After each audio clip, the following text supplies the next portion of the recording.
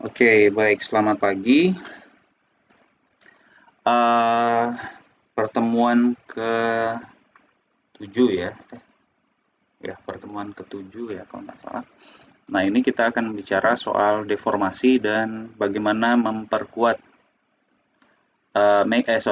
mekanisme untuk memperkuat material ya. Pada kali ini kita akan bicarakan bagaimana dislokasi ada di dalam bahan metal, terutama dislokasi yang kalau kita lihat di sini, ini greatest artinya yang paling yang paling prominent atau paling berpengaruh gitu ya. Terus kemudian bagaimana antara penguatan dan antara kekuatan ini dan dislokasi ini, dislocation motion atau pergerakan dislokasi ini ada relasinya. Terus kemudian kenapa pemanasan nih, pemanasan kembali lebih tepatnya ya, akan alterasi atau merubah kekuatan atau properti yang lain ya. Nah, ini kita sudah tahu, kita akan belajar di metal saja karena sebagian besar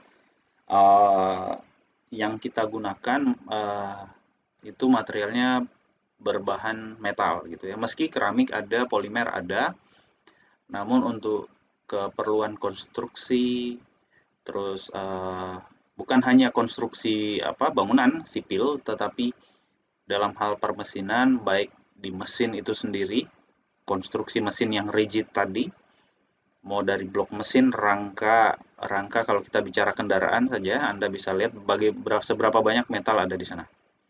Dan metal itu punya, seperti sebelumnya saya sudah sebutkan di beberapa presentasi sebelumnya, metal itu punya berbagai keunggulan, yaitu di mana dia bisa dibentuk, punya ductility, punya kekuatan ya, dan paling terutama dia bahannya paling banyak ada di alam.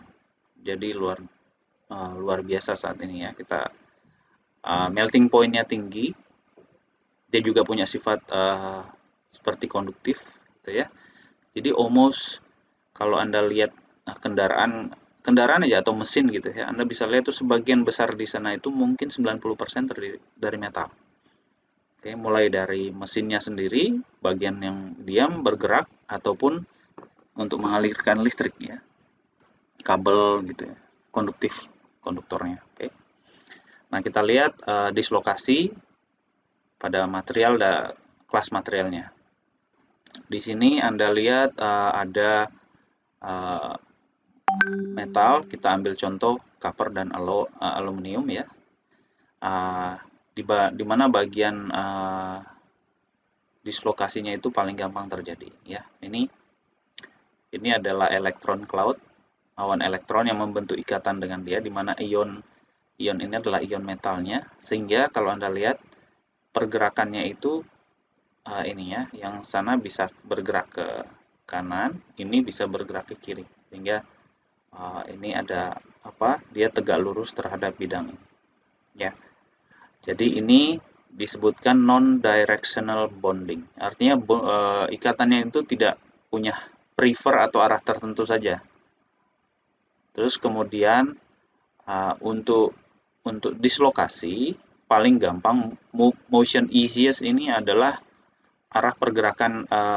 Kalau dia slip ya, dia bergerak itu metalnya. Kalau ketika Anda tarik atau Anda tekan atau Anda pukul, yang kita sebut ductility atau metal itu tidak langsung putus tapi kayak penyok gitu atau memanjang seperti polimer, itu bukan karena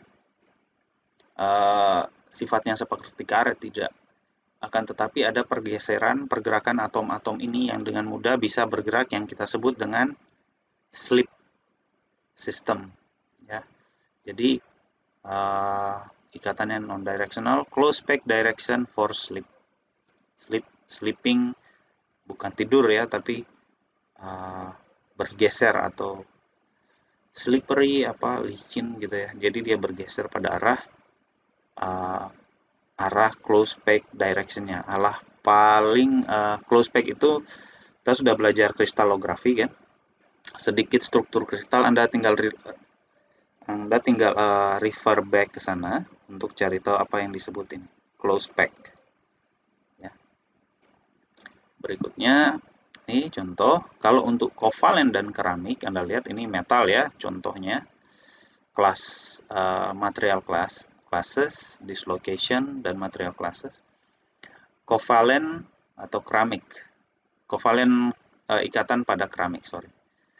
Contohnya silikon dan diamond. Ini pergerakannya susah karena dia punya directional atau punya angular bonding. Anda kalau kesulitan dengan istilah ini, Anda cari sendiri ya. Ini saya tidak akan menjelaskan in detail karena itu sudah sangat basic. Anda cari tahu sendiri apa yang dimaksud di directional, atau ini kalau tidak paham non-directional maksudnya apa sama directional maksudnya apa, itu silakan Anda cari karena ini dasar sekali. Terus kemudian ionic, ini motion difficult, need to avoid nearest neighbor like minus and plus sign ya. Ini kalau ini arah pergerakannya kalau Anda tarik satunya ke arah sana, misalkan nih seperti saya bilang ini areanya bagian ini Anda ke arah sana, Anda tarik gitu atau Anda dorong dari sini. Demikian bagian yang sebelah ini Anda ke arah sana gitu ya. Jadi terjadilah slip ya. Jadi atom ini pindah ke sini, ini pindah ke sini dan seterusnya. Demikian juga mekanisme yang bawah. Nah, ini kenapa sulit? Karena satu dia bilang ini adalah directional, sementara yang ini need to avoid nearest neighbor like minus and plus. Anda bisa bayangkan ini kalau kita pindahkan ke sini gitu ya. Kita ambil salah satu bagian atas saja yang slip gitu ya, yang bergerak. Ketika ini ke sini, ini akan mengalami tolakan. Oke. Akan mengalami tolakan sehingga apa yang terjadi dengan keramik ketika dia sampai di sini ikatannya langsung putus. Ikatannya kan adalah ikatan ini ya. Plus minus ini. Oke. Ikatan yang ini. Nah, sekarang dia putus, oke? Nah, ini adalah arah pergerakan dari dislokasi, ya. Motion dari dislokasi. Ini sekarang kita lihat 3D sistemnya, ya. Di mana metal itu akan mengalami plastik deformasi yang occurs atau terjadi melalui slip di edge. Edge ini bagian ujung, bagian ujungnya, tepinya gitu ya. Edge dislocation dalam kurung extra half plane of atom. Jadi ada ekstra setengah daripada plane ini adalah half plane, itu berarti kita bicara atom dalam 2 dimensi ya. Dan setengahnya. Nah, langsung saya jelaskan. Ini setengahnya nih. Jadi ini ke sini, ini bagian tengah. Nah, Anda lihat ini ada area ini. Ini sudah tidak ada ikatan lagi di sini, ya. Dan akhirnya dia mendeformasi bagian ini dan bagian ini. Setengah half plane-nya itu ini. Ini kan setengahnya. Extra half, sorry. Kok setengah half lagi? Extra half plane. Dan kemudian dia slide over adjacent plane, half planes of atom. Oke. Setengah lagi. Jadi kita bicara setengah ya, setengah ini. Ketika dia bergerak, Anda lihat ini posisi pertama di A, posisi keduanya di B. Jadi dia sekarang bergerak ke arah sana ya. Ini semua plane ini bergerak ke arah sana ya. Dan ini bukan cuma 3, tapi ke arah sana masih banyak sekali. Dia bergerak, jadi tadinya sebenarnya atomnya tidak bergerak, cuman ikatannya pindah. Jadi ikatan yang ini sekarang ke sini, ini jadi ke sini, dan seterusnya. Anda lihat ya. Jadi dia bergerak. Sampai akhirnya dia pindah keluar ke ujung ini. Dan terjadilah yang namanya shear stress di sini. Arahnya ke sana, sesuai dengan jumlah ini. Sementara ini kan statis nih, diam dia. Yang bagian ini. Tapi kemudian Anda lihat ada panah juga ke sini. Nah, karena akibat adanya ini dan bergerak dia ke sana, maka inilah area ini dan area bawah itu akhirnya terjadi yang namanya shear secara umum. Shear atau sobekan. Oke. Nah, ini disebut bahwa ini saya hapus dulu. Ini disebut, ini ada namanya slip plane di warna hijau sendiri, warna lebih terang sendiri. Kenapa dia disebut slip plane? Karena dia yang bersentuhan langsung dengan yang ini. Oke. Yang starting awalnya itu. Dia yang bersentuhan dengan ini. Jadi ini adalah plane yang tadi disebut-sebut slip plane, itu adalah bidang ini yang menjadi tempat ini bergerak. Ini kan bergerak sana ya. Jadi ini bidang licinnya lah kalau kita bilang. Bawahnya tidak. Oke. Edge dislocation itu adalah ini. Nah, Anda lihat di sini digambarkan seperti yang tadi. Kalau saya kembalikan sini,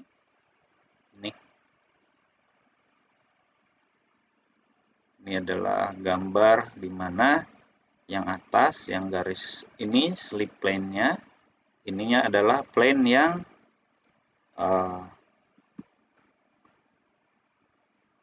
bicarakan soal ini. Ya, ini plane-nya, yang tegak lurus terhadap slip plane, ya. Nah, ini dislocation. Edge, namanya edge dislocation. Ini yang edge dislocation. Nah, motion-nya itu ya ini sudah digambarkan karena ini sudah jadi total ya. Kalau tadi kita lihat di sini, kita lihat satu-satu. Tapi kalau kita gambarkan, dia adalah volumenya sebenarnya yang bergerak ya. A dislocation move along a slip plane ya. Slip plane-nya yang satu yang teratas itu ya. Satu bidang ini satu bidang ya. Jadi jangan cuma lihat satu rangkaian atom, tapi satu bidang. Satu bidang yang tempat dia bergerak. Nah, kemudian direction-nya ke sana, ini Anda lihat. Nah, ini kelihatan kan ini tegak lurusnya digambarkan sini. Dimana yang biru ini adalah yang tadi, kok yang biru siapa, yang orange. Slip plane in slip direction. Oke. Slip plane nih. Slip direction-nya juga ini. Oke, jadi arah pergerakannya ini. Nah, ini kan shear ya, digambarkan sebagai shear, sobekan. Perpendicular to the dislocation line. Dislocation line mana? Nah, ini dislocation line. Oke. Terus, ini kita sebut dengan edge dislocation. Oke.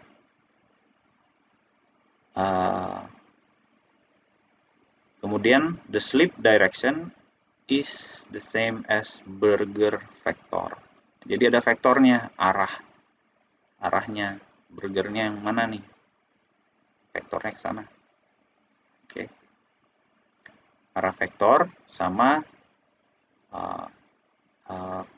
slip direction sama Berger vector sama. Ya, ini. Jadi kita sebut ini Berger vector sama. Kemudian ada satu lagi mekanismenya untuk yang begini, ada yang namanya direction motion-nya itu yang disebut dengan screw dislocation. Screw dislocation itu dia tidak mulai sama-sama. Ini kan kalau ini bidang ini sekaligus pindah ya. Jadi bidang ini tadinya dia di sini, sekarang dia pindah ke sini. Oke. Sementara ini, dia bergerak dengan cara berputar.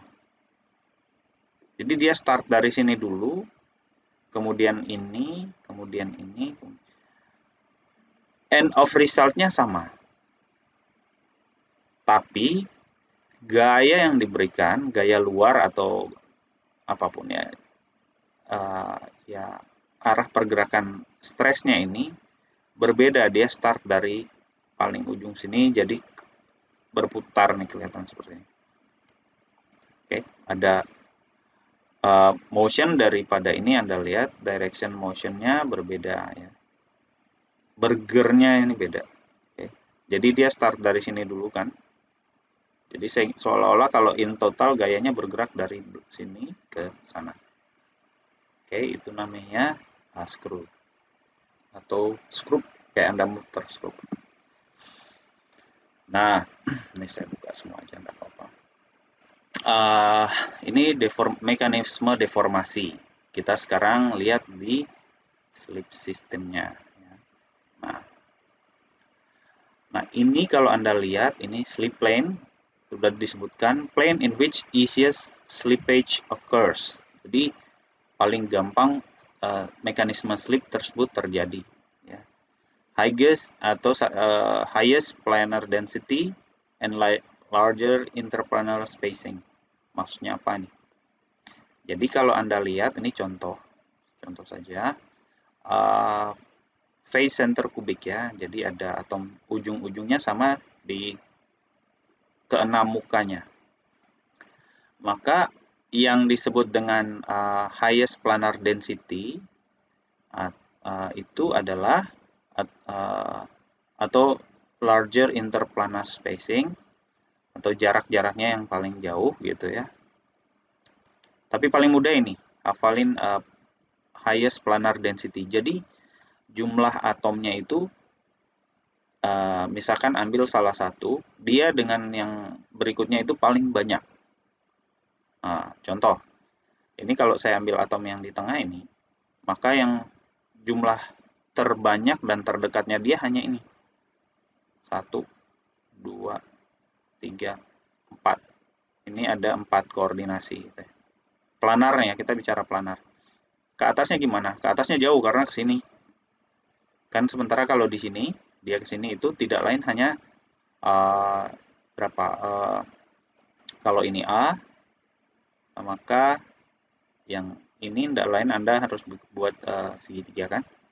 Siku-siku, maka ini tidak lain adalah A akar 2. A per akar 2. Oke. Nah, kita cek yang berikut yang lain. Contohnya yang ini. Sekarang Anda cek yang ini. Ini bukan atom di tengah ya. Ini atom di muka, area depan. Kalau kita lihat dari bagaimana A, B, A, D, dan F ini lihat nih. A di sini ada D, di sini ada F. Sementara di situ ada B, ini kena garisannya, ada C juga, ada E. Oke. Nah, jadi susunan atom dilihat dari arah bidang ini, ya. Kalau arah bidang ini Anda bisa tebak lah atom-atomnya kayak gini. Saya coba gambarkan. Ini, terus ada ini, terus ada di sini, ada di sini. Terus ada lagi tengah sini dan seterusnya ya. Jadi ini arah atom yang susunan dari lihat dari yang bidang ini. Bidang muka ini atau bidang ini, terserah Anda mau pilih bidang mana. Nah, yang kita ingin cari tahu adalah yang paling padat. Jadi gampangnya koordinasinya terhadap yang lain ada berapa banyak. Kalau ini 1, sana hanya ada 4 ya, tetangga terdekatnya. Kalau ini kita ambil salah satu aja, C. Sini ada 1, 2, 3, 4, 5, 6. Ini paling banyak koordinasinya. Jadi segini, jadi ini. Jadi segini. Nah, ini yang paling padat. Inilah yang disebut dengan ini. Oke, jadi yang highest-nya. highest planar density,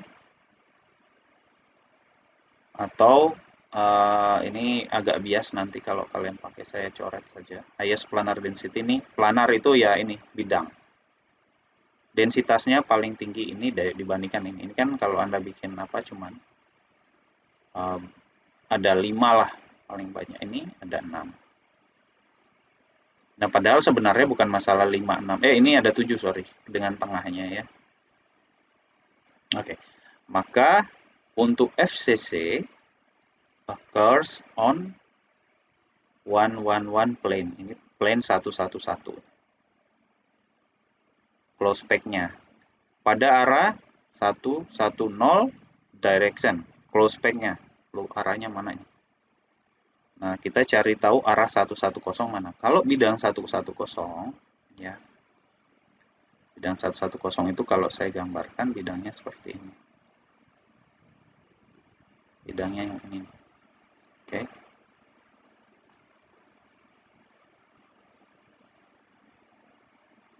Dan arahnya kemana? Arahnya tegak lurus ke sini, ke depan. Tapi bidang ini kan bukan hanya ini aja. Saya gambarkan bidang yang lain yang seperti dia. Yang completely tegak lurus dengan dia juga. Ini bidangnya. Ini bidang adalah bidang 110 juga. Oke. Maka arahnya tegak lurus ke arah sana. Jadi arah slipnya ya, arah slipnya itu bidang ini ke sana. Atau ini terhadap, kalau Anda gambarkan lagi satu di atasnya, maka dia bergerak di sepanjang ini aja. Oke, kalau kita gambarkan begini, maka atasnya kan ada di atas ini. Oke, ini bergerak ke sana. Ini yang diam. Oke. Nah, dan dia ada total 12 slip system di FCC. Wah, ini gimana ngitungnya? Nah, ada 12 di FCC karena bukan cuman ini yang 12, ini salah satunya ya. Salah satunya, slip systemnya salah satunya. Tapi ini yang paling mudah, yang lainnya lagi kita tinggal hitung jumlahnya slip itu tadi. Salah satunya yang saya gambarkan di depan sini ya. Ini adalah bidang 001 gitu ya. Sementara ini bidang 111. Nah, kalian lihat ada tanda bracket di sini. Artinya ini boleh 111 atau min 111 atau 1 min 11 dan tinggal bolak-balik. Jadi ada ini ada 4 paling tidak kombinasinya.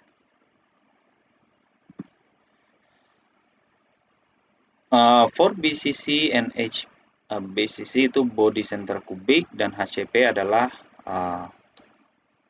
hexagonal close pack. Close pack itu there are other slip system. Jadi ada lagi slip systemnya. Kemungkinan sudah ditabulasi lah. Tapi kita enggak, purpose-nya kita enggak akan bicarakan di sini. Nah, oke, jadi kalau Anda sudah paham mekanisme bagaimana dia bergerak satu bidang di atas bidang lain, maka ketika Anda lakukan uji tarik seperti ini, ya, terus kemudian ada seperti Anda lihat ada begini, ini nanti di belakang kita lihat contohnya, ini adalah slip direction yang terjadi di logam tersebut. Inilah bidang kristalnya, bidang kristal yang atasnya yang bergerak ini. Oke, ketika Anda tarik. Dan kalau kita lihat, nah, ini dia yang shear-nya ke sana, luas bidang, normal terhadap bidangnya. Ya. Slip plane, normal, slip direction. Sehingga Anda kalau Anda apply tensile seperti ini, kan sama dengan F per A ini, A-nya ini. Nah, jadi A-nya bukanlah A ini ya, kalau di sini, ini A-nya ini. Sementara kalau Anda untuk menghitung shear-nya ini, maka ini tidak lain Fs, gaya ke sana bukan lagi ini yang tegak lurus sana kan. Nah, gaya yang ini yang membentuk sudut tertentu dibagi dengan AS, jadi bidang yang slip yang ini. Sehingga kita dapat hubungan di sini, ya. Apa namanya? Tidak lain ini adalah kalau untuk menghitung, untuk menghitung Fs, tidak lain adalah F cos sudut yang dibentuknya, yang tadi saya gambarkan di sini. Ini dalam hal ini adalah sudut lambda ini ya. Kemudian sementara A-nya gimana? A-nya ya hitungan ini. Karena A-nya kebalikannya daripada dia. Ya. Jadi tidak lain adalah A cos yang sudutnya. Karena ini dan ini jadinya membentuk sudut tertentu kan. Ini yang bidang miringnya. Sementara ini adalah yang tegak lurus. Yang tegak lurus dengan arah gayanya. Ya. Nah, ini jadi rumusnya begini. Nah, terus gimana cara ngitung ini? Anda kalau bisa lihat ini di materialnya ya, physically, Anda tinggal masukkan aja. Oke, terus ada critical resource shear, di mana kondisi dislocation-nya itu tidak lain adalah ini. Balik lagi ke tadi. Ini adalah ini ya, ingat ini shear stress-nya itu harus lebih besar daripada shear critical. Makanya kalau dia sudah lebih besar maka dia akan sobek atau putus. Dia start fail ya, start gagal. Nah, ini kebetulan kalau Anda lihat di mana arah shear-nya kalau dia 0, jadi tidak membentuk apa-apa ya, tidak membentuk bidang kayak tadi, tidak membentuk sudut seperti ini.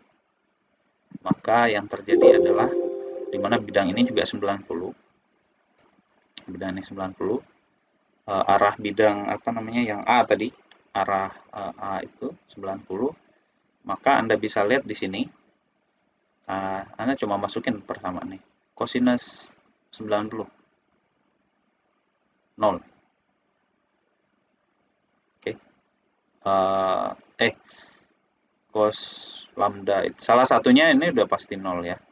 Cos 90 salah satunya 0. Ini entah yang mana ini. Oke, ini oh ya ini. Masukin sini. Jelas ini 0. Oke. Nah, pertanyaannya adakah dia ini? Ini tidak ada shear nih karena arah sobekannya sebalik. Tegak lurus dengan arah gaya yang di-apply. Nah, Anda bisa lihat di sini. Typical shear itu 10 pangkat minus 4 gigapascal sampai 10 pangkat minus 2 gigapascal. Jadi 0,0001 sampai 0,1/100 ya dari total. Nah, kalau yang seperti ini Anda lihat ada 45 derajat. Nah, ini masih masuk ini. 45 masukin di sini. 45 cos 45, ini cos 45 juga. Nilai ini ada. Ya. Nah, sementara kalau ini sekarang arah sobekannya ke sini. Yang arah sobekan searah dengan arah ditariknya spesimen ini. Maka di sini Anda lihat C-nya 90 ya. Ininya cos-nya gimana? 90 apa 0? Oke, ini kalau ini dua-duanya 45. Maaf, ini 45 ada yang begini. Jadi kalau ada bentuk sudut dia maka nilainya ada, tapi kalau dia searah ataupun tegak lurus jadinya salah satunya ini kan jadi 0. Tadinya lambdanya 0 sini. Sekarang yang ini-nya 0. Oke. Jadi dia hanya akan maksimum di sini kalau dari persamaan ini kan adalah model saja ya. Dari maksimum melalui persamaan ini maka dia maksimum pada ini sama dengan 45 derajat. Nah, nilai ini yang dimasukkan ke sini. Yang tidak lain kritikalnya adalah nilai. Nah, ini contoh. Kalau Anda bisa lihat nanti di Kalister itu ya, section 8 kalau nggak salah. Figur 89 kalau di sini. Ini Anda lihat nih ketika ditarik, ini bukan las-lasan ya. Ini ketika diuji tarik dia jadi ada terbukti terjadinya ini. Maaf, saya kembali. Ini. Teman di sini kita gambarnya cuma satu pasang. Sementara yang saya hapus dulu ya. Sementara yang di sini banyak sekali. Jadi ada slip lane, ada banyak sekali terlihat dengan jelas. Sehingga di sini kalau single kristal kalau kita mau hitung-hitung, tapi saya tidak akan hitung ya. Oke, ini misalkan kritik slip apa namanya sih? Critical resolve shear stress, oke. Critical resolve shear stressnya itu 20,7 megapascal. Maka ini kan Anda tinggal masukin dari sudut-sudutnya ini slip directionnya ke arah mana, ini sebenarnya tinggal masukin sudut di sini ya. Maka nilai daripada ini shear stress maksimum yang bisa dia tahan itu adalah ini 45 megapascal. Oke. Untuk ini. Lebih dari 45 gimana? Putus dia. Oh sorry, saya salah. Maaf. Ini apply stressnya, sorry ya. Maka dimasukin 45 sini, 35 sama cos 60 ini kan. Ini sudut di antara A dengan A adalah ini. Bidangnya. Sementara sudut tarikan sama arah slipnya itu adalah ini. Maka masukin sini kali 0,41, maka nilainya yang harus lebih kecil dari ini adalah 20,7 MPa. Oke. Shear stressnya.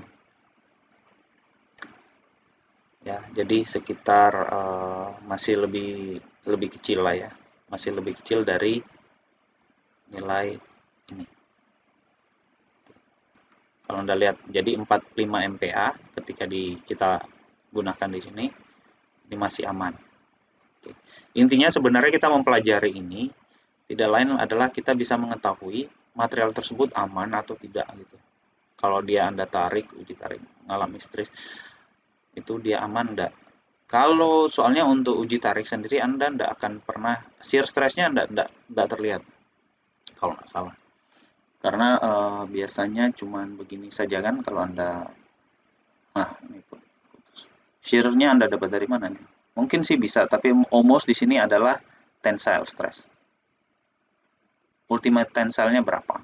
Sementara shear-nya tergantung dari arah bidang ini Anda potong atau Anda tarik. Jadi kalau contoh kalau pelat begini, kan ketika Anda jadikan untuk uji tarik, Anda harus buat dia seperti ini kan. Nah, bentuk ini itu memanjangnya ke arah sana atau ke sini, ini lain nanti. Karena slip sistemnya bisa beda. Arah orientasi kristal bisa beda karena ini pelat.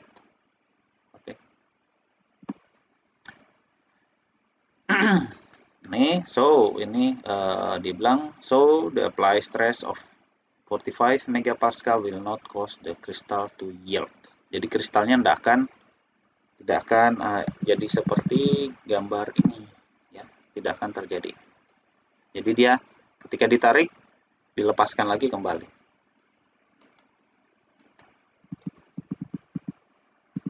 Okay. What is necessary? Deformation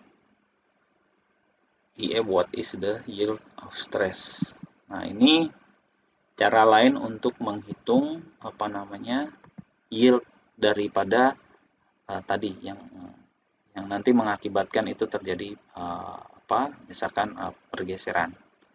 Nah, ini jadi kalau dia in order dia untuk terjadi deformasi maka nilainya segini. 50,5. Cara ngitungnya gimana ya? Tinggal dibalik aja. Ini oke, ini sudut yang tadi TRS. Instead kan kalau Anda ngitung ini kan kalau ditanya kalau saya tarik dengan 45 MPa masih aman enggak?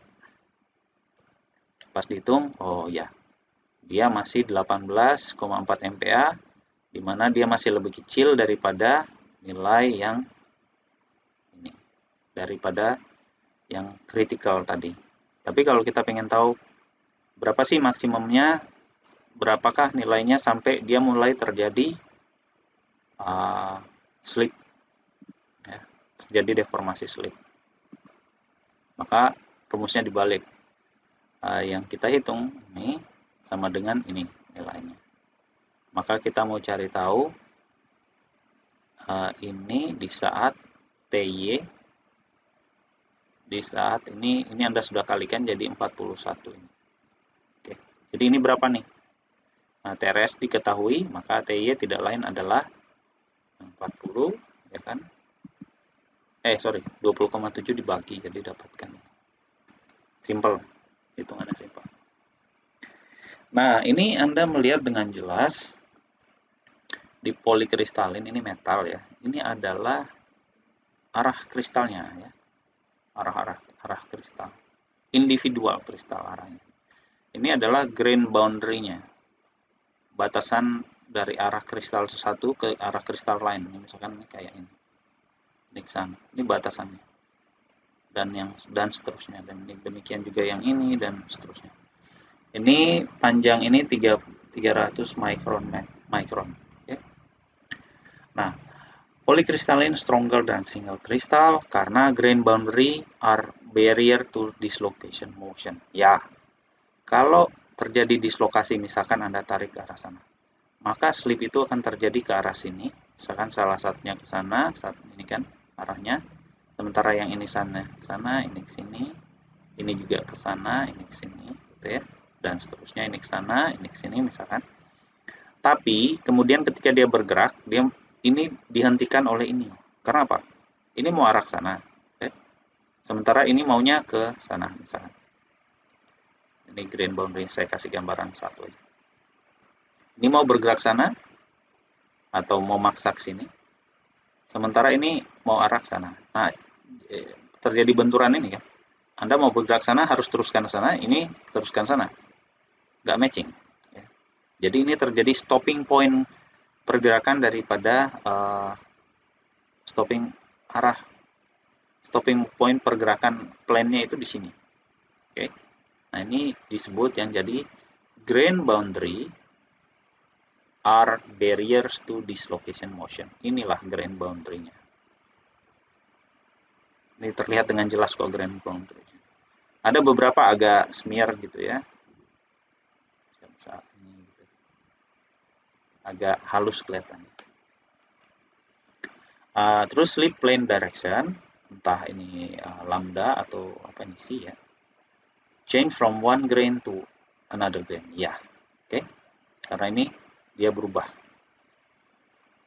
Tail will vary from one grain to another grain. Ya, TR ini bisa, ini beda, ini R-nya beda dengan yang ini. Dan seterusnya. The grain with the largest TR yield first. Jadi yang terbesar nilainya dia yang pertama kali mulai terjadi slip. Okay. Other less favorable oriented grain yield later. Jadi yang less favorable itu maksudnya kalau yang terbesar kita balik lagi ke sini. Yang terbesar yang mana? TR terbesar adalah, ini kan Pak, to put it simple ya, yang terbesar adalah ini. Yang terkecil mana ya? Terkecil entah begini, entah ini. Jadi ini yang pertama kali bergerak. Oke.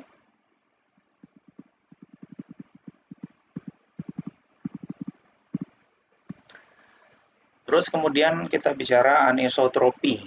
Oke, apa ini anisotropi? Anisotropi kalau kita datang dari kata ini dulu ya. Isotrop. Isotrop itu serba sama. Jadi directionnya itu sama semua. Jadi isotrop, misalkan ini saya punya bahan, Anda uji tarik ke sini, ini ke arah sini ya, sama-sama ditarik, ini kan tarikannya, atau ini nilainya sama. Oke. Tapi sebenarnya kurang pas juga kalau Anda tarik ke arah sana, bisa jadi masih sama nggak? Isotropik itu kalau kita bilang misal seperti bulat ini isotropik, Anda uji Anda tarik sini, tarik ke segala arahnya, asal cuma satu direction itu sama semua nilainya ya. Mix ini dan sementara kalau anisotrop itu misalkan saya gambar begini, Anda tarik ke sana, berbeda dengan ditarik sini. Jadi saya coba gambarkan. Ini lebih panjang dari ini. Nah, asalnya dari mana? Ini coba Anda lihat. Ini kristalit isotropik ya. Grainnya kira-kira hampir sama dan terorientasi random. Random itu jadi acak. Anda tidak melihat pola di sini ya. Tapi kemudian kalau kita punya sampel yang di rolling, ini kalau di metal Anda keluarkan dari furnace after melting gitu ya, terus dari peaknya, kemudian Anda dilakukan proses rolling jadi sheet metal, jadi plat, maka yang terjadi adalah grain-grain ini jadi pipih. Anda lihat ini orientasinya sudah terlihat nih, arah rollingnya ke arah sana. Maka kekuatan ini nggak akan sama lagi jika Anda tarik ke arah sana atau Anda tarik ke arah sini. Inilah yang disebut anisotrop. Jadi yang mengakibatkan grain orientasi dan shape-nya itu berubah gara-gara di rolling tadi. Nah, deformasi anisotrop itu akan sangat berbeda seperti Anda lihat di sini ya. Ini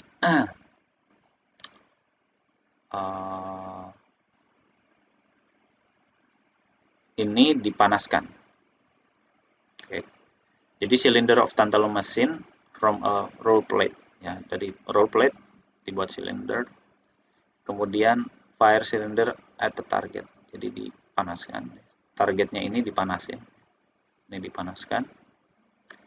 Kemudian ketika kita lihat deformnya, ini plate thickness directionnya itu yang di ujung ini. Jadi yang ujung ini ketika ditarik ini sudah akan beda.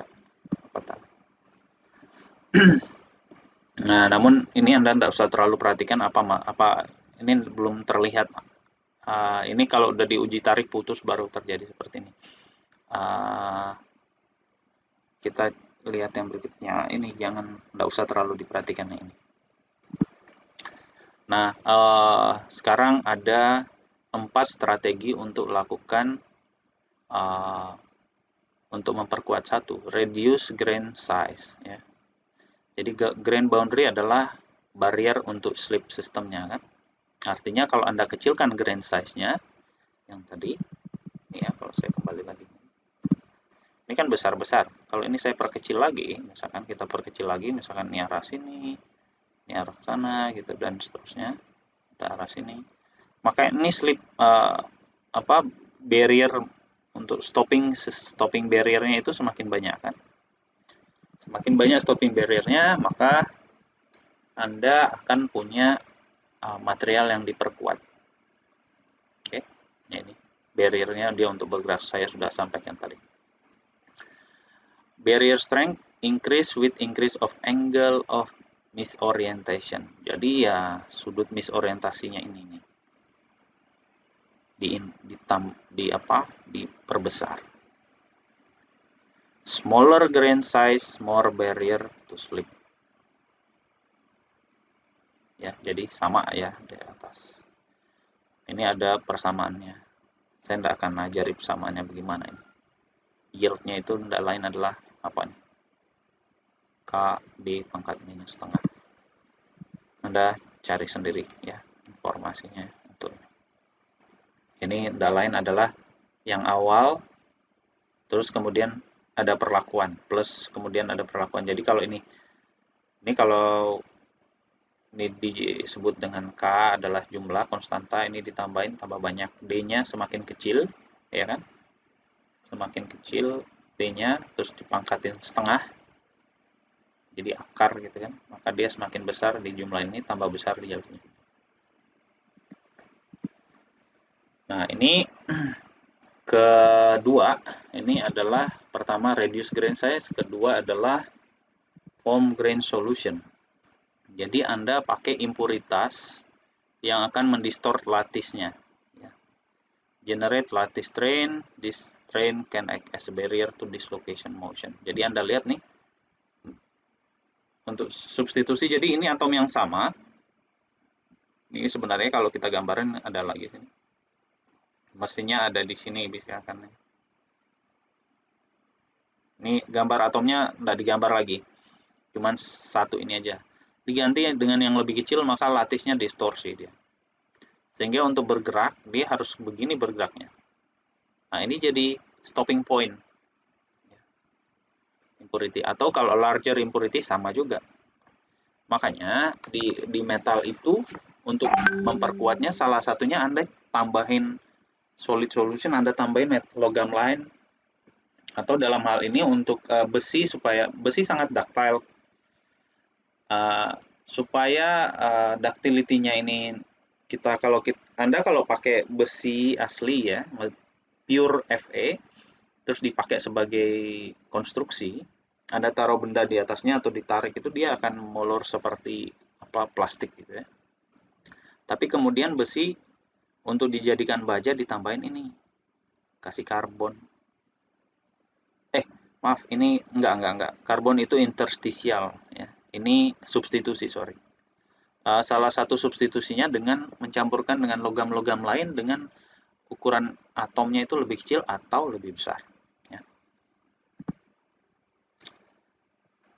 Nah, sehingga terjadi strain di bagian dislokasi ini. Anda lihat nih, gambaran sebenarnya lattice strain di sekitar dislokasi ini, dislokasinya.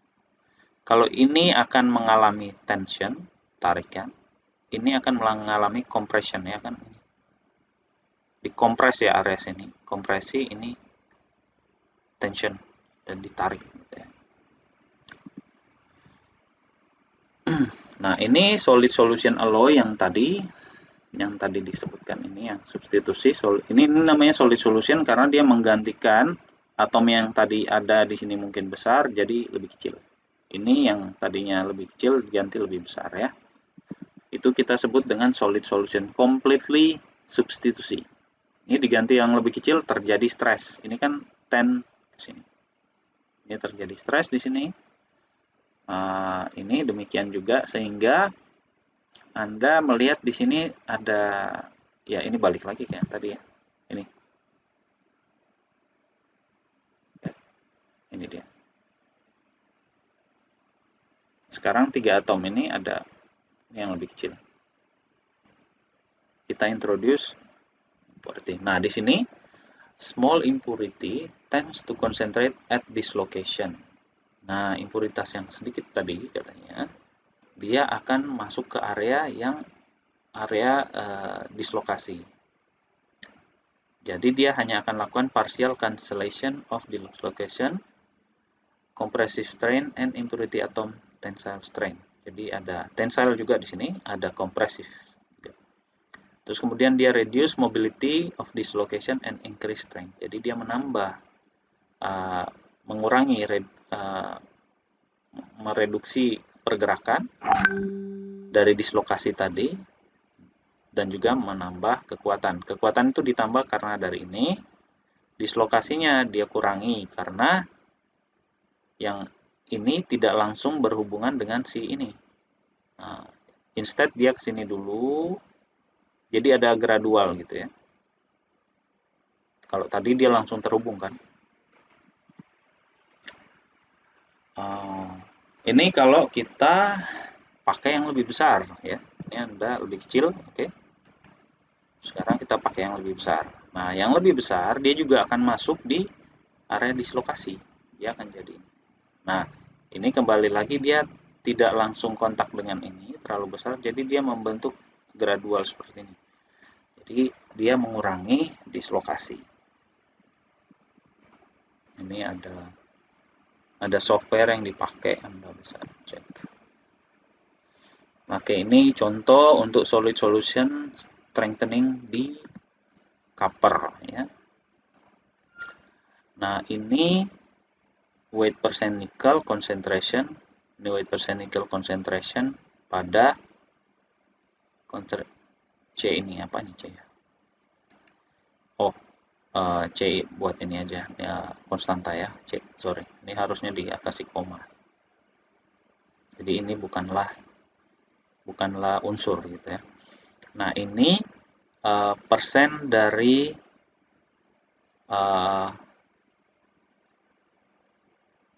nikel yang ditambahkan. Nggak tahu nih, tambahin ke material apa ya. Nah, ini punya tensile stress seperti ini. Ketika konsentrasi nikelnya nambah, ya, tensilenya ini yield strength-nya kita lihat salah satu aja. Maka dia tadi lihat makin tambah konsentrasinya dia makin naik nih. Tensile strength-nya, kekuatan tensile. Oke, demikian juga dengan yield strength. Nambah juga. Relasi empirisnya adalah pangkat akar dari konsentrasi. Oke. Gimana allowing increase tensile dan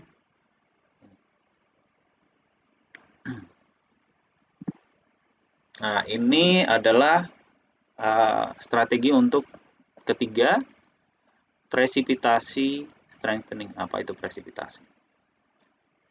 Oke. Hard precipitation are difficult to shear. Ceramic in metal, SiC in iron or aluminum. Jadi, ini kan adalah area di mana terjadi slip system tadi ya. Jadi sekarang nggak digambarkan lagi atom-atomnya, tapi atas ini adalah bidang slipnya, atau ini bidang slip. Anda tambahkan material di sini, material lain seperti SiC ini, atau aluminium. Oke. Ketika ditarik, maka ini harus memutus si SiC ini. Jadi Anda tambahkan impuritas, tapi dia tidak menggantikan, tidak terjadi solid solution seperti ini, tidak menggantikan atomnya, tapi dia instead dia ada di grain boundary. Kalau saya gambarkan mungkin ada dari sebentar. Oke, gambarannya begini paling baik mungkin. Saya gambar di sini aja lebih enak.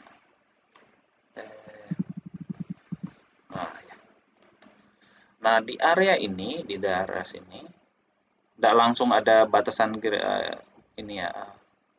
Misalkan ini slip sistemnya, saya tambahin di sini material lain. Ada material lain di sini. Ini akan membatasi slip system di sini. Ini juga. Tapi tidak boleh terlalu banyak, nanti digantikan lagi malah. Ini namanya presipitasi. Pengendapan, precipitate gitu ya. Ini menghalangi slip sistemnya ini dan seterusnya. Ini menghalangi. Itu kira-kira idenya presipitasi tadi ya. Oke, nah itu dia. Sehingga kalau Anda lihat ini, kalau ini mau bergerak dia, ini keadaan pertama, ini keadaan kedua, maka ini harus mutusin dia dulu. Harus mutuskan ini juga. Sementara silikon carbide ini kerasnya luar biasa. Oke, lebih keras dari Fe, ikatannya lebih kuat, maksudnya bukan lebih keras, sehingga ini memperkuat, menghalangi terjadinya slip. Oke. Kalau arah yang unslipnya, Anda bisa lihat top view, jadi area atas ini tidak terjadi apa-apa. Jadi dislocation ini larger shear stress need to move dislocation toward precipitate and shear it. Dislocation advantage, but precipitation act as pinning side with spacing S. Pinning side, tahu nggak pinning side? Pinning side itu adalah area di mana dia bisa gagal. Area gagalnya di sini. Kalau Anda lihat dari bagian atas, jika ini terlalu banyak, maka as result ini toss ini maka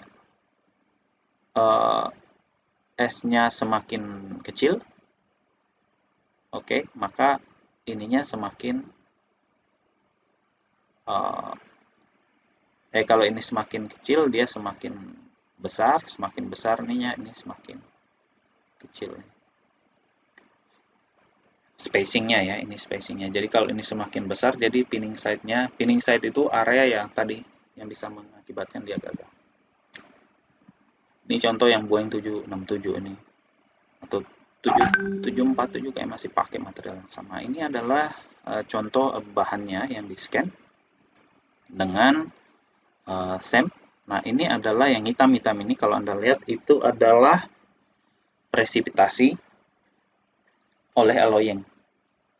Ini aluminium kalau kita pakai untuk pesawat langsung seperti aluminium kalau Anda yang wrapping itu yang di rumah, wah langsung hancur ini pesawat kalau dikasih tekanan. Karena aluminium itu sangat ductile sehingga perlu diberikan presipitasi seperti ini. Ya. Saya nanti akan dapat sampel dari PTDI, mungkin kalau ada kesempatan saya scan pakai SEM, kita bisa lihat. Nah, kalau ini kan kita cuma bisa lihat gambarannya dari buku ya. Strategi keempat, cold work atau strain hardening. Deformation at room temperature for most metal.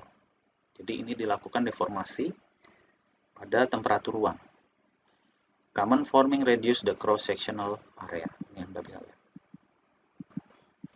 Ada proses melakukannya adalah pertama dengan forging ini. Jadi di materialnya misalkan seperti ini, terus dipaksa dibentuk jadi seperti yang merah ini. Oke, ini kan tadinya dari sini blank, ini die, jadi bentuknya seperti ini. Yang luarnya masih sama mungkin. Di force, oke.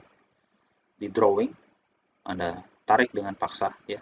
Jadi dia terjadi penipisan. Ini tidak ada mekanisme die-nya seperti ini, static. Rolling, kalau ini ditarik di roll berarti ini yang mutar. Anda bisa lihat gayanya itu ya, arah gayanya ini kan dari die-nya.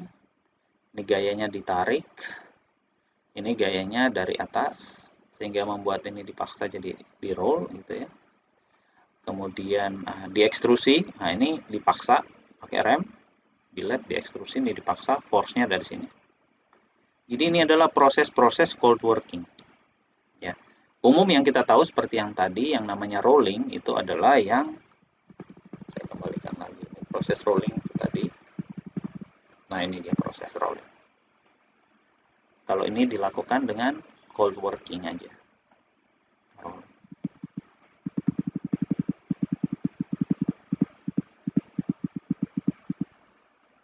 Dan ini adalah persentase daripada cold working, di mana A0 minus AD ini, jadi areanya dibagi A0. Berapa persen dia terhadap 100 kali 100? Berapa persen terjadinya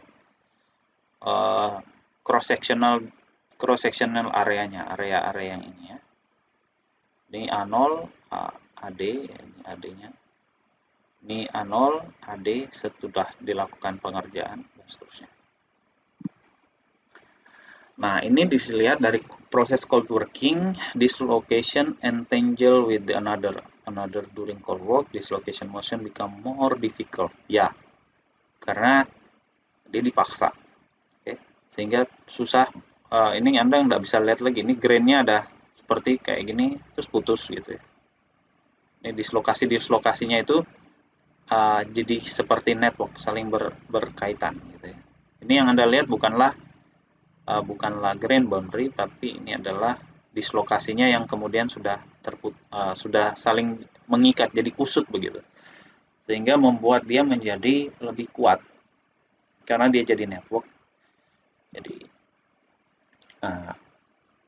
dislocation density increase during cold working. Ada dislocation density lagi, istilah baru lagi.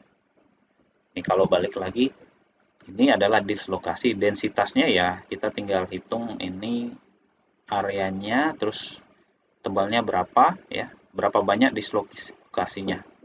Gitu. Dislokasi ini berbentuk garis ya, jadi jumlahnya berapa banyak. Satuannya meter pangkat 2. Meter pangkat 2 atau saya lupa, cek lagi ya. Oh ini, maaf ini rumusnya. Dislocation length, jadi panjangnya ya. Kalau ini Anda cek, ini misalkan dislokasi ini panjangnya berapa. Ini ada skalanya. Oke. Dibagi unit volume. Oke. Nah, carefully grown single crystal punya ini segini banyak. 10 pangkat 3 milimeter pangkat minus 2. Ini kan volume, kalau dia milimeter pangkat 3, ini meter pangkat 1 kan. Jadi sekarang jadi meter pangkat minus 2. Terus kemudian sample increase density, deformation, heat treatment reduce density. Ya, ini kalau Anda dari single crystal, carefully grown single crystal punya dislocation density segini banyak. Tetap ada dislokasi. Deforming sample increase density 10 pangkat 9 sampai 10 pangkat 10. Banyak ya, naiknya 3 kali dari nilai single kristalnya. Single kristal tadi, ini single kristal ya, saya kembalikan lagi kalau Anda belum. Kalau di metal yang disebut single kristal adalah yang Anda lihat yang warna sendiri ini, terpisah sendiri. Ini sendirian, ini juga demikian.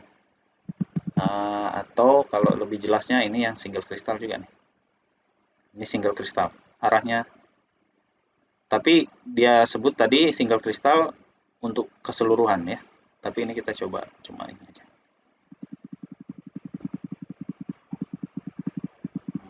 Oke. Nah, sampel yang terdeformasi punya nilai segini. Kalau Anda treatment, heat treatment, dia turun setengahnya. Kira-kira hampir separuh ya. Hampir separuh ya turunnya. Yield strength increase as dislocation density increase. Jadi kalau dislocation density-nya tambah banyak, maka sampel tersebut semakin kuat. Oke. Nah, ini saya kira ini sedikit gambaran, tidak apa-apa. Anda kalau mau detail tinggal baca ya. Jadi kalau terjadi ini kan adalah arah slip sistemnya, ada repulse. Ini jadi digambarkan seperti ini, kutub juga ya. Yang satunya kalau ini kita gambarkan ini compressive stress plus, ini tensile stress minus. Ini kalau ini dua di sana ada, maka dia terjadi repulsion, tolak-tolakan ya. Jadi mereka cenderung akan saling menolak, ini tidak akan ada. Sementara kalau yang umum yang di ada material, kalau ada kompres, ada tensile. Dan mereka berbalik seperti ini, sehingga ini dua ini bisa ada di material bersamaan, hingga terjadi dislocation. Ini adalah namanya perfect crystal, ini yang kita cari. Jadi tidak ada dislokasi di ini. Anda mau tarik, salah satunya melawan. Ditolak, salah satunya yang tensilnya juga. Yang kompresif melawan. Mekanismenya seperti ini. Nah, ini kita lihat impact dari cold working pada beberapa ini low carbon steel. Ya. Ini persen dari cold working. Jadi tidak ada proses cold working yang ada 4 tadi ya. 4 tadi Anda mesti hafal nih, forging, drawing, rolling, extrusion. Nah, Anda lihat ini tidak ada. Kemudian yang ini 4% cold working, ini 24%. Jadi ini ultimate tensilenya itu ini kan, ultimate yang tengah. Ini semakin bertambah nih. Ya. Nilainya semakin bertambah termasuk slope-nya ini. Ini kan slope-nya paling enggak dia sampai sini. Ini sampai yang biru sampai sini. Yang sekarang yang merah merah Anda mulai diam. Kita lihat berdasarkan ini kan, slope-nya itu garisnya. Kalau Anda plot area ini seperti ini. Oke, yang 24%, 4 sama 0. Oke. Jadi dia bertambah dan semuanya bertambah. Ini ductility-nya juga, tapi ductility-nya turun ya. Ini lebih ductile dari. Nah, jadi ini sudah rumusnya. Kalau tensile atau yield strength-nya bertambah, ductility-nya turun. Suatu yang sangat ductile maka nilai strength-nya, yield strength-nya itu rendah. Ini tensile strength-nya, ya kan? Ini adalah yield strength-nya yang tadi saya gambarkan, tensilenya, ductility-nya turun. Oke. Mechanical property, kalau saya tidak akan bahas, Anda silahkan baca aja nih ya. What is the value of yield strength, tensile strength, and ductility after cold working? Anda bisa hitung, basically judge ini Anda bisa lihat nih dari rumusan tadi, gitu ya. Persen ini tidak lain adalah ini A sebelum, A sesudah, dikurangi A sudah, dibagi A sebelum, ya.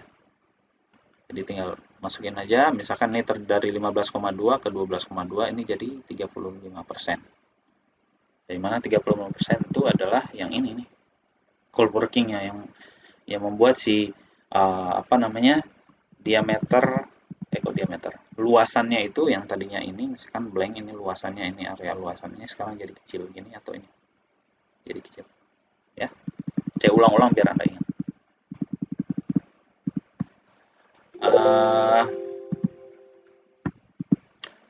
Mechanical property alteration due to cold stress, cold working, ini Anda lihat tadi sesudah kita tes, ya, sesudah dikerjakan, maka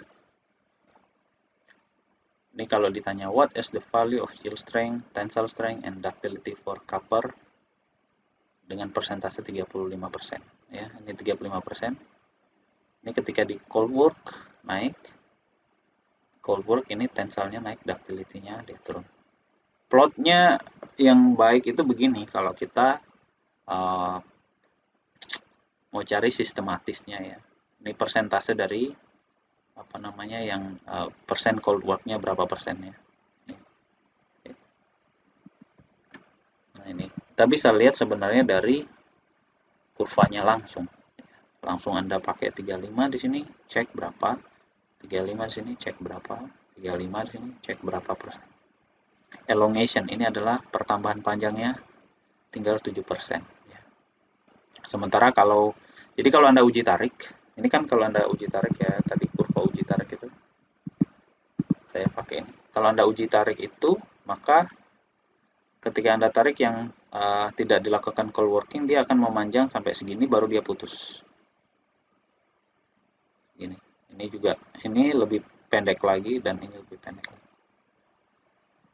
Cuman di grafik ini sudah ada standarnya, sehingga ini elongasi perpanjangannya tinggal 7%. Kalau yang di cold work 20%, maka ketika Anda tarik, dia akan bisa memanjang lebih dari 15%, hampir mau ke 20%. Efek dari heat treating after cold working, di sini kalau kita 1 jam treatment, dimana at T anneal, dia akan decrease TS dan increase elongation. Jadi kalau Anda annealing water fluid, material yang sudah di cold working itu, maka dia akan semakin ductile, tapi dia akan menurunkan ini tensile strength-nya juga, yang Anda bisa lihat. Jadi ini sudah recovery. Yang terjadi adalah ketika di anneal itu Anda panaskan sebenarnya. Ini temperatur anneal 100, 200, 300, dan ini kalau Anda panaskan, ini baja ini. Pada saat 200 dia mulai recovery, ini tensilenya mulai turun, ductility-nya naik. Ketika mulai rekristalisasi, tumbuh kristal urang, nah ini si tensil turun dengan drastis sampai sini. Nah, kemudian grain growth, kristalnya yang tadi rekristalisasi ini mulai tumbuh. Ini tambah turun lagi deh.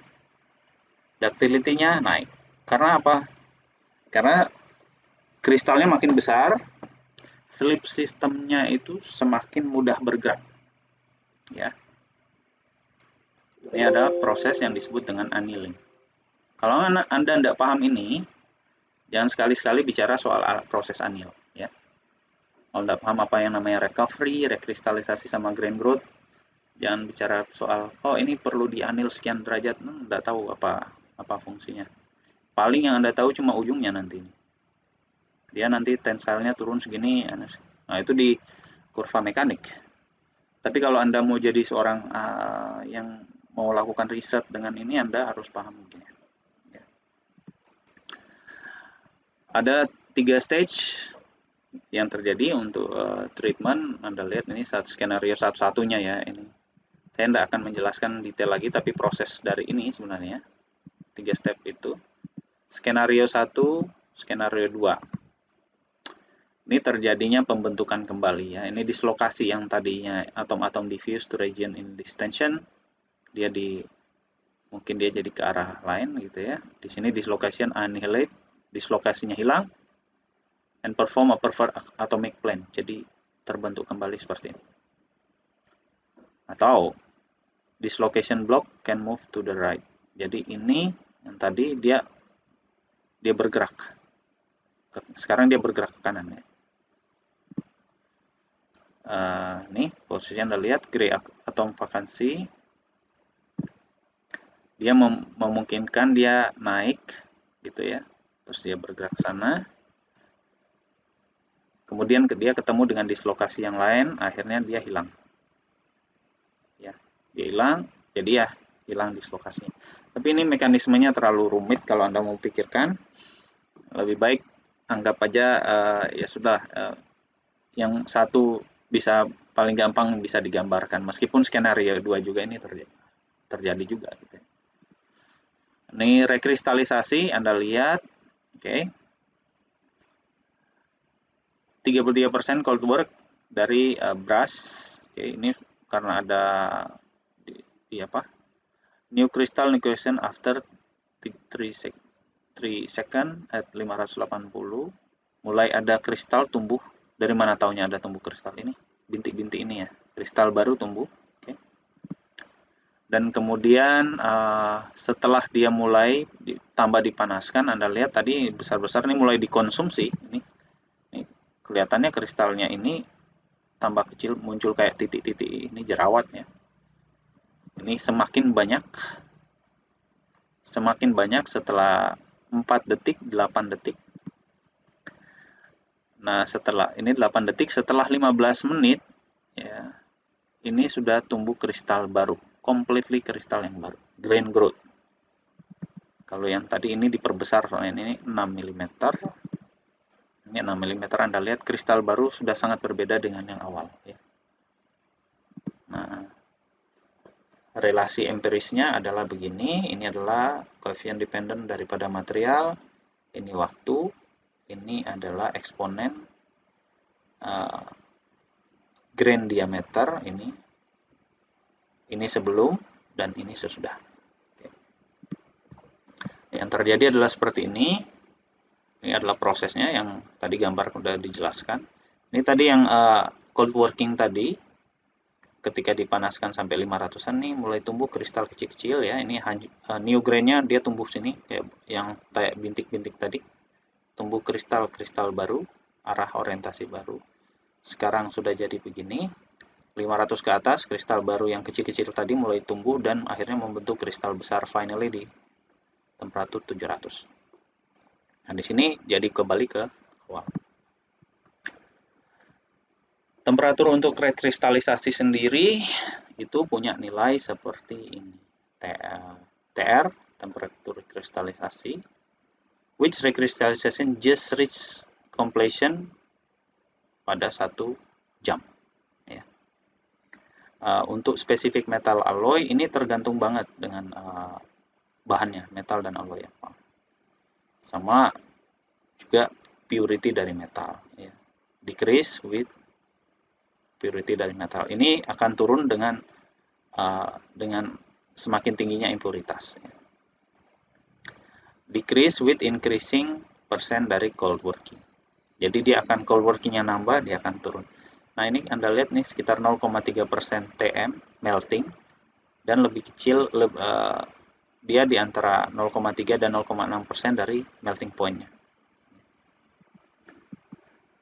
Nilainya di situ. Nah, saya nggak akan kasih ini problemnya, nggak masalah, silahkan. What is consequence of direction drawing to the final diameter? Ini tadi sudah saya sampaikan.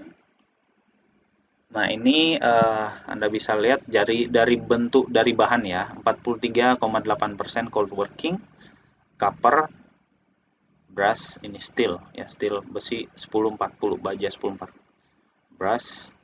Jadi ini tergantung bahan, oke. Ini tensilenya, yieldnya, oke. Kemudian ductility-nya ya, brass paling Anda lihat ini copper sama brass itu punya ductility yang cukup tinggi ya. Itu ya. Cukup rendah di sini. Ini sebelumnya, jadi kurva ini tidak heran, sudah pasti kalian bisa balas kan. Ini 420 megapascal, ini untuk ini 43%, kita cek.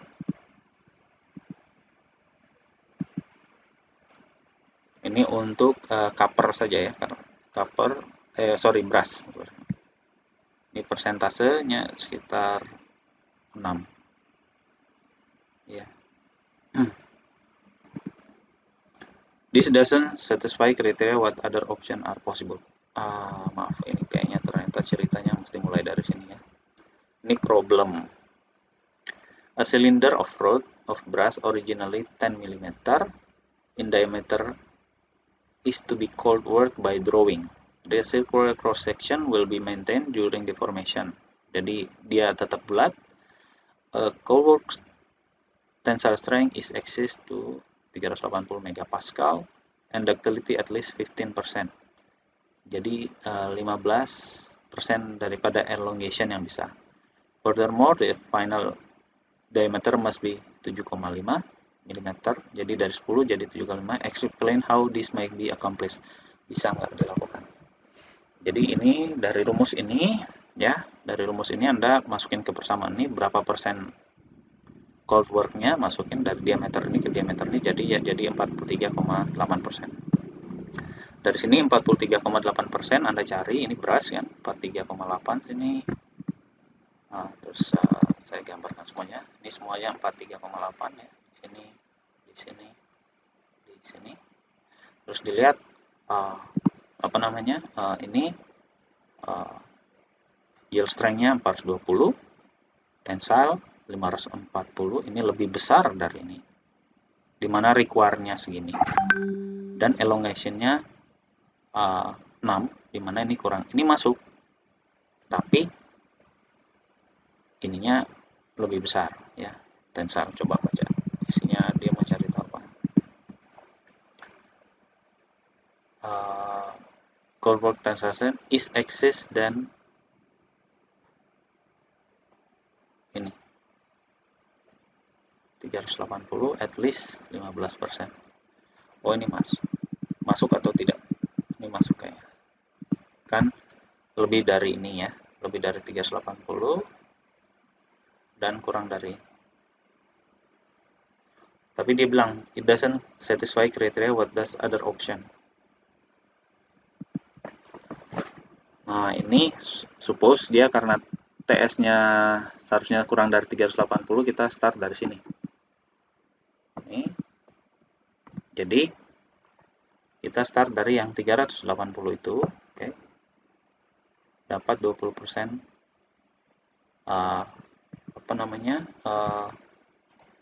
12% dari cold working, oke. Dan ini caranya.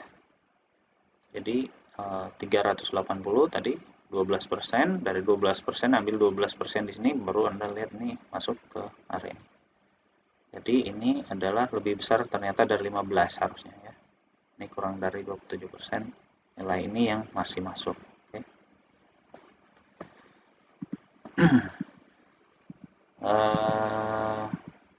Dan seterusnya ini, maka inner diameter seharusnya bukan seperti tadi.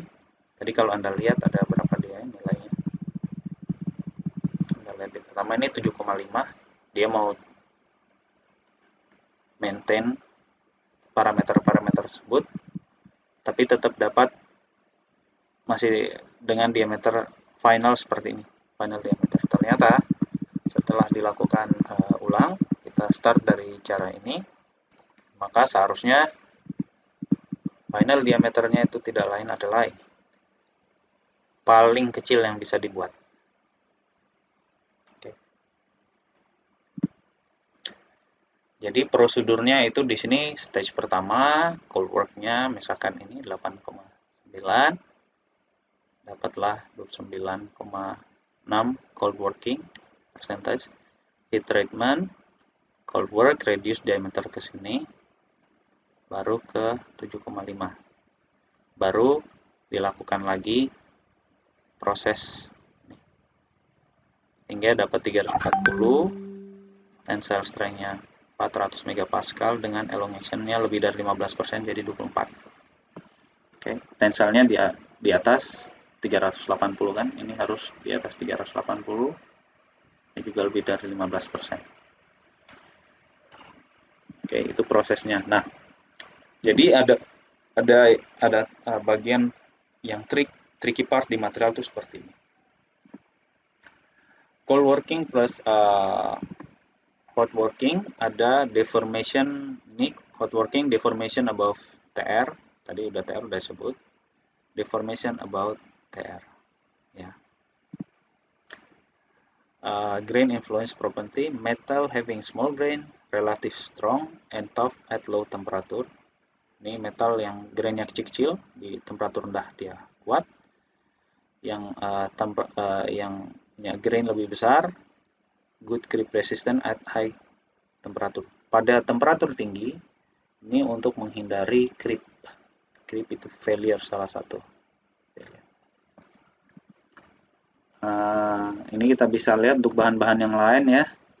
Dari ini, elastomer, plastik, brittle polymer untuk polimer. Meski ini jarang ya kita gunakan. Polimer ada yang brittle juga, ada brittle, ada yang sifatnya plastik. Elastomer ini karet ya. Karet plastik yang keras ini seperti PMMA. Mekanisme untuk membuat si polimer itu jadi keras itu dengan cara cross-linking atau network polimer. Nah, ini Anda bisa lihat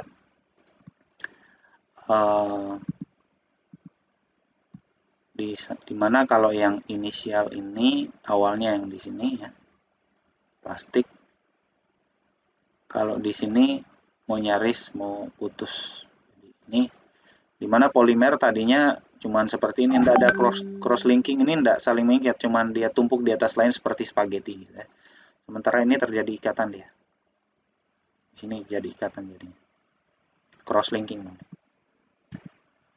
Nah, ini proses ketika kita tarik polimer tersebut sampai dia misalkan putus ya. Di form amorphous region, kalau Anda tarik dia masih balik. Ini tarik dia sudah mulai manjang, tidak bisa balik lagi ke posisi ini. Anda bisa lihat dengan ini kan contoh uji tariknya. Tarik sudah mulai panjang ini. Tarik di sini, ini sudah mulai putus kelihatan di sini. Ini near failure dan ini sudah mulai terpisah di sini dan ketika itu putus pada akhir. Oke, saya kira kalau polimer tidak terlalu ya. In summary, dislocation ini primary pada metal dan alloy. Okay. Strength is increased by making dislocation motion difficult. Ya, menaikkan kekuatan dengan bikin dislokasinya itu menjadi sulit. Dan strength pada metal itu bisa kita increase dengan memperkecil ukuran grain. Melakukan solid solution, melakukan presipitasi. Jadi solid solution ini kita replace salah satu atom itu dengan atom lain, entah lebih kecil atau lebih besar. Melakukan presipitasi, jadi kita tambahkan material yang lain, atau cold working. Nah, cold working metal dilakukan heat treatment untuk experience recovery, rekristalisasi, dan grain growth. Ini 3 mekanisme yang dimana propertinya kita bisa alter, kita bisa modifikasi. Inilah proses yang disebut kita fakultas teknik atau jurusan teknik atau engineering. Ini areanya kita ini. Oke. Yang ini ya masuk juga, tapi lebih banyak kita lakukan yang kita sebut rekayasa ya ini. Oke, saya kira cukup sekian.